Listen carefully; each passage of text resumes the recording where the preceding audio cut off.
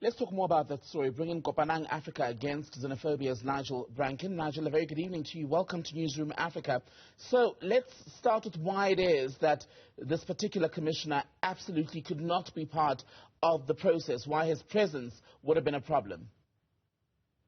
Yeah, good evening. Yes, indeed, I think we are quite excited about this judgment. I feel like as we're coming to the close of the year, we've seen a number of really good judgments that have come out of our courts in favor of our constitution and protecting what we really should. We've agreed as South Africans that we stand for, that we're an inclusive society. Unfortunately, Advocate Makhubela's tweets that he's, since 2017, he's been tweeting vitriol and hate speech and blaming foreigners and scapegoating foreigners for crime, for unemployment, for every social ill in South Africa. And I echo the sentiments of the victims. We're relieved, we're grateful, and now we can get to the work of actually finding out what happened in the fire.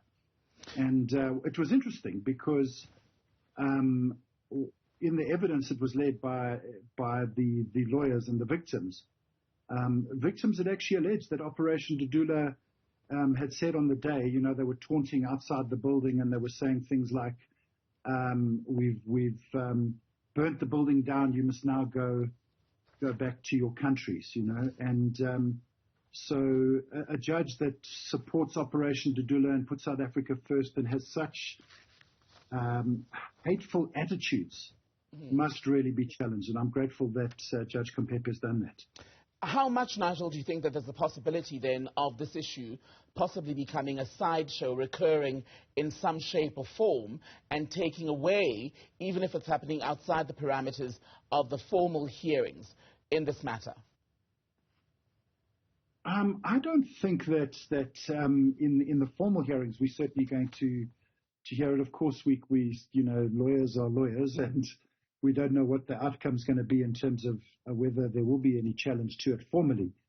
But I think certainly as we build up to the 2024 elections, we're going to see a very contested space. We can see almost all the political parties, with the exception of a few exceptions, have kind of gone on this bandwagon of anti-foreigner sentiment. And it's scapegoating at its highest form. What's really disturbing is to see the ANC that once brought us the Freedom Charter, negotiated our constitution, talked about human rights, to now have abandoned this in such horrific ways and now scapegoating foreigners and poor people for their poor service delivery. I think that's a tragedy, and we need to firmly resist that.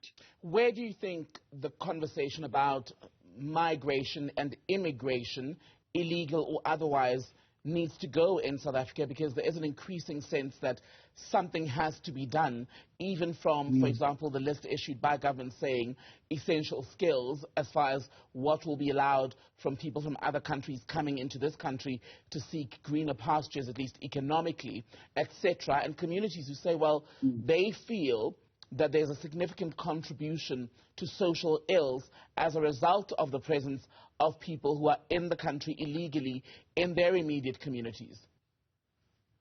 Yeah, I mean, this is the classic fascist playbook. When you're losing power and losing support, you blame the people who've got the least power in society. And let's be honest, we've just had a census. The 2022 census has come out, and they said 3% of South Africans are foreign nationals.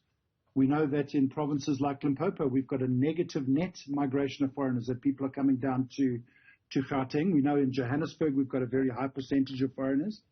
And so, but if we look across the country, we don't have this problem that the politicians are telling us, So when you look at Stats SA, when you look at the allocations from the Auditor General's reports, for example, in health, we had that Limpopo MEC for health making those horrific statements there.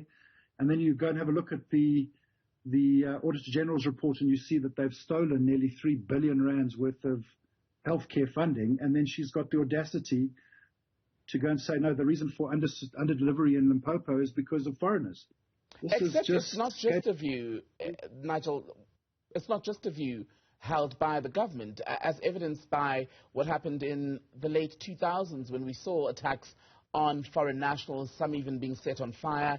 It has replicated in some shape or form in the last decade as well. So what I'm trying to understand is, ultimately, especially when you look at places such as the inner city where the Usindiso tragedy actually happened, how is that going to have to be managed and resolved to encompass the multiple realities of the people affected on the daily? So, but again, let's talk about the real issues. What are the real issues in the inner city of Joburg? The real issue is that government has failed to do a proper housing program to provide housing for all. In 1994, we had the Reconstruction Development Program. We've now got this massive housing shortage. Furthermore, the government has completely failed us in providing economic development. So you look at this Msindiso building, we had 501 survivors. Of the survivors, 265 were South Africans. That's not what we were told by government. Government told us on the day they came out and they proclaimed 99% of people living in the building were illegal immigrants. And why did they do that? So that they can blame other people for what's happened in the building instead of taking responsibility for the fact that they've not provided, there were not fire inspections done, there was not development done of that building. This building was owned by the city. The city neglected to fulfill its obligations of maintenance towards the building. All of those issues are the real issues. But what government is trying to get us to do is to say, let's blame foreigners. Let's say they're at fault. And let's be honest, if we're going to be talking about migration issues in South Africa, we need to have a massive documentation program in South Africa where we document people who are coming into South Africa. We've got a massive backlog of asylum seekers, and yet we've only got 188,000 asylum seekers in South Africa. It's not a huge, large number that's clogging up our system by any means, by any maths. 188,000 out of 60 million people, asylum seekers. These are small numbers, but we keep being told they're overwhelming the system. The system can't cope. This is a problem created by governments to divert attention away from real issues, which is service delivery. We've got to be fighting for service delivery. That's what we should make this election about. Let's talk then about foreign nationals, documented, undocumented, in the context of the Usindiso building. I know there was a lot of concern in recent weeks, possibly about some of them facing deportation and not being able to participate in the inquiry process. When we look at what the inquiry has been mandated to do, is there potential for any of its work to move us forward on the topic of migration and immigration in South Africa? Yeah, I don't think it's really within the mandate of the Commission of Inquiry to look at migration, although, this is one of the things that will be talked about is why are these buildings being occupied by foreign nationals, and we certainly do have high percentage of foreign nationals. But I do think that the hope for the Commission, I think, is when we start to look at what are the real issues that led to this fire. And the real issues are the fact that we've got people that are being undocumented and we've got a government that has not got a documentation program. Not only are foreign nationals undocumented, we've got nearly, I think it's between 11 and 13 million South African citizens who still don't have documentation. Last week, I had some victims of the fire that I was helping that I had to take to Charlotte Maxeke. These were South African citizens that have been certified as South Africans by Home Affairs that have been moved to the Denver Temporary Emergency Shelter. When I got to Charlotte Maxeke, this woman didn't have documentation. She had applied with Home Affairs when they came to the shelter back in September, and Home Affairs has still not given her documentation to help her get her life back on track after the fire. So documentation is a massive issue. Then we've got I think the Commission's got to talk seriously about a proper housing program. We've got to talk about what do we do with the negligence in the inner city, and what do we do with these buildings that have essentially been abandoned by building owners, or where other building owners have come in and put in highly exploitative conditions.